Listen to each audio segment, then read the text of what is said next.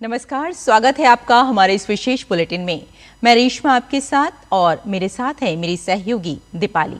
आइए नजर डालते हैं इस वक्त की हेडलाइंस पर।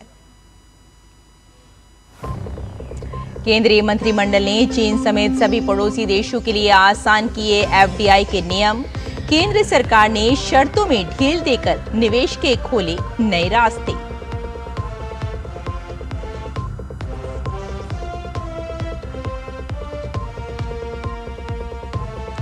जल महोत्सव 2026 के तहत नई दिल्ली के विज्ञान भवन में राष्ट्रीय कार्यक्रम। राष्ट्रपति द्रौपदी मुर्मू जल जीवन मिशन के कम्युनिटी लीडर्स को करेंगी सम्मानित।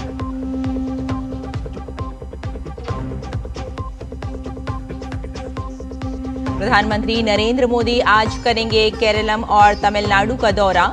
करीब 16,500 करोड़ की विकास परियोजनाओं की करेंगे शुरुआत। 5 नई ट्रेनों को दिखाएंगे हरी झंडी।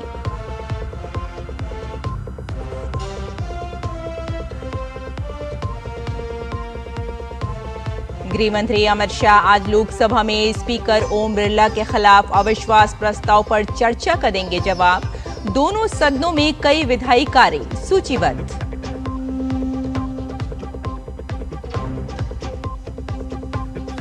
अमेरिका का हुर्मुज स्ट्रेट में बारूदी सुरंग बिछाने वाले ईरान के 16 जहाजों को तबाह करने का दावा। जंग के 12वें दिन ईरान के इजराइल पर हमले लगातार जारी।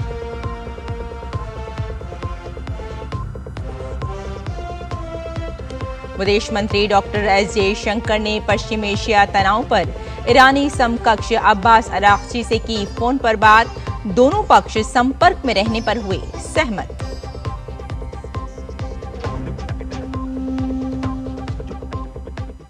और अब समाचार विस्तार से।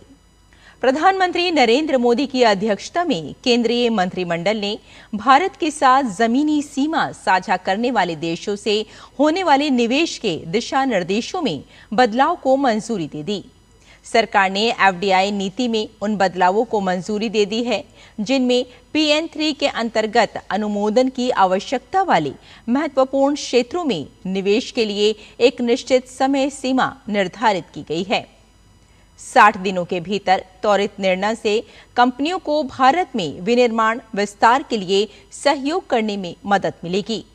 60 दिनों की निर्णय अनुमोदन समय सीमा कंपनियों को संयुक्त उद्यम स्थापित करने, प्रौद्योगिकियों तथा पहुंच बनाने और वैश्विक आपूर्ति श्रृंखलाओं के साथ एकीकृत होने में मदद करेगी।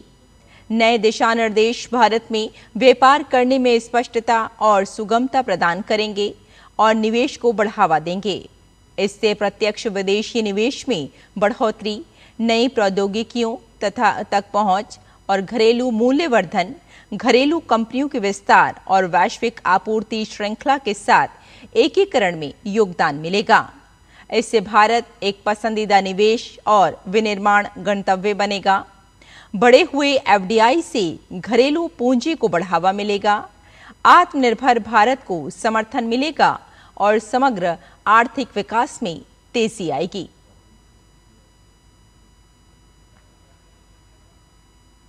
राजधानी दिल्ली के विज्ञान भवन में आयोजित जल महोत्सव 2026 के राष्ट्रीय मेगा इवेंट में राष्ट्रपति द्रौपदी मुर्मू शिरकत करेंगी। इस अवसर पर राष्ट्रपति जल जीवन मिशन के अंतर्गत जमीनी स्तर पर सशक्त बदलाव लाने वाली कम्युनिटी लीडर्स को उनके अद्वितीय योगदान के लिए राष्ट्रीय सम्मान और पहचान प्रदान करेंगी। इस कार्यक्रम में केंद्रीय जल शक्ति मंत्री CR पाटिल, जल शक्ति राज्य मंत्री V सोमन्ना और राजभूषण चौधरी भी मौजूद रहेंगे।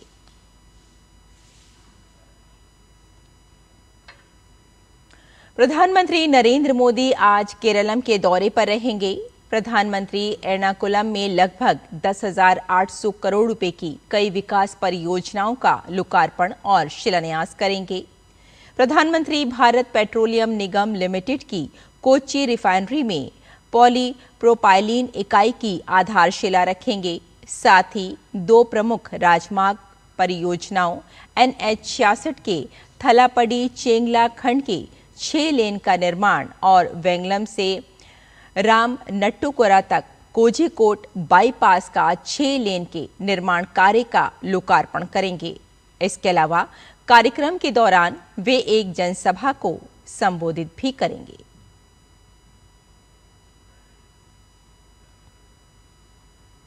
प्रधानमंत्री नरेंद्र मोदी आज तमिलनाडु के दौरे पर रहेंगे। इस दौरान वे तिरुचिरापल्ली में लगभग 5,650 करोड़ रुपए की कई विकास परियोजनाओं का उद्घाटन, शिलान्यास और राष्ट्र को समर्पण करेंगे।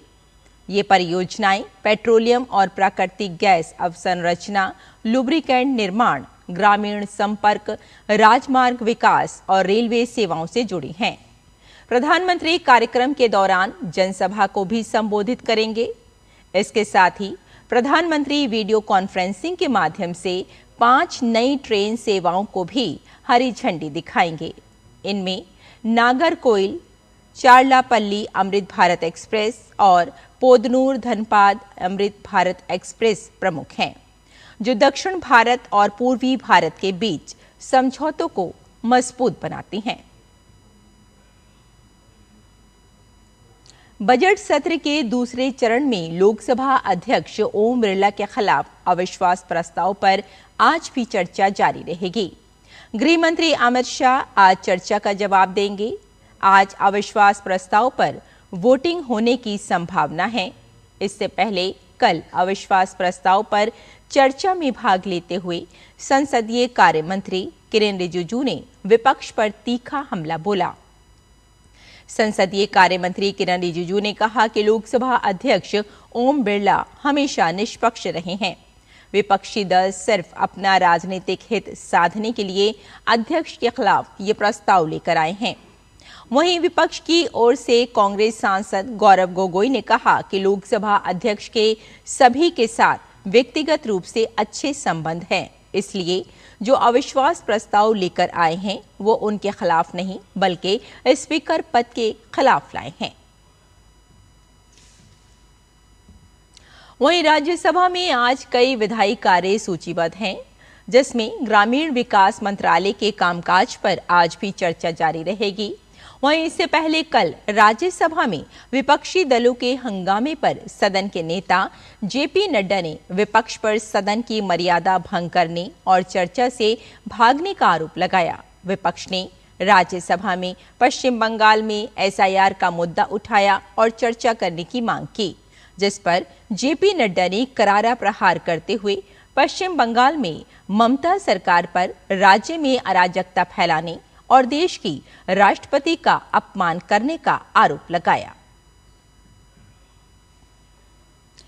स्ट्रेट ऑफ हॉर्मुज बंद होने के बाद एक तरफ तो दुनिया में तेल संकट गहरा गया है, दूसरी तरफ हॉर्मुज जलडमरू मध्य के पास बड़ा सैन्य टकराव हुआ है। यहां पर अमेरिकी सेना ने कई ईरानी नौसैनिक जहाजों को खत्म करने का दावा किया है। अमेरिका की तरफ से ये कार्रवाई 10 मार्च को की गई है, जिसकी तस्वीरें भी सामने आई हैं। इस कार्रवाई में ईरान के करीब 16 माइन लेयर जहाज भी शामिल थे। माइन लेयर ऐसे जहाज होते हैं जो समुद्र में बारूदी सुरंगें बिछाने के लिए इस्तेमाल किए जाते हैं। अगर ये माइन बिछा दी जाती तो इस इलाके से गुजरने वाले जहाजों और तेल टैंकरों के लिए बड़ा खतरा पैदा हो सकता था।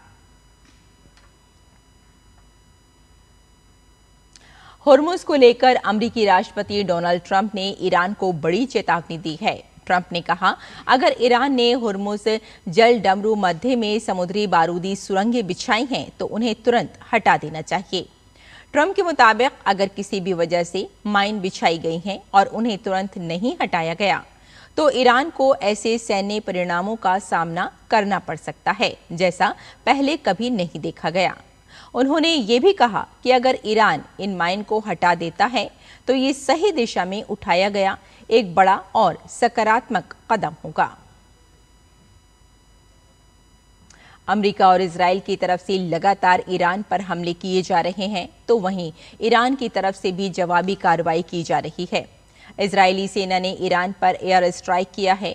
ईरान पर नई बमबारी के साथ साथ हिजबुल्लाह के ठिकानों को भी निशाना बनाया है। बैरूत के दक्षिणी इलाकों में तबाही की तस्वीरें सामने आई हैं।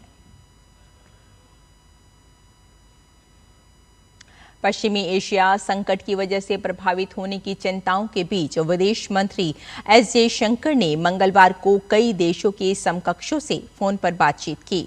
इस क्रम में उन्होंने अपने ईरानी समकक्ष सैयद अब्बास अरागची से फोन पर बातचीत की।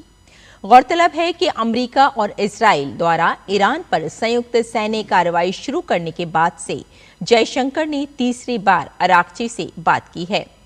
वहीं ईरान द्वारा मुज्तबा खामनेई को देश का नया सर्वोच्च नेता नियुक्त करने की घोषणा के बाद दोनों विदेश मंत्रियों के बीच ये पहली फोन वार्ता थी।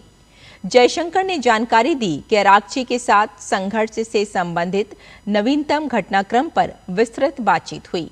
साथ ही हम संपर्क में रहने पर सहमत हुए। वहीं जयशंकर ने अरागची को ईरान और क्षेत्र में हो रहे घटनाक्रम पर भारत की गहरी चिंता से अवगत कराया। तो इस विशेष बुलेटिन में फिलहाल इतना ही। मुझे और मेरी सहयोगी दीपाली को यहीं अनुमति दें। नमस्कार।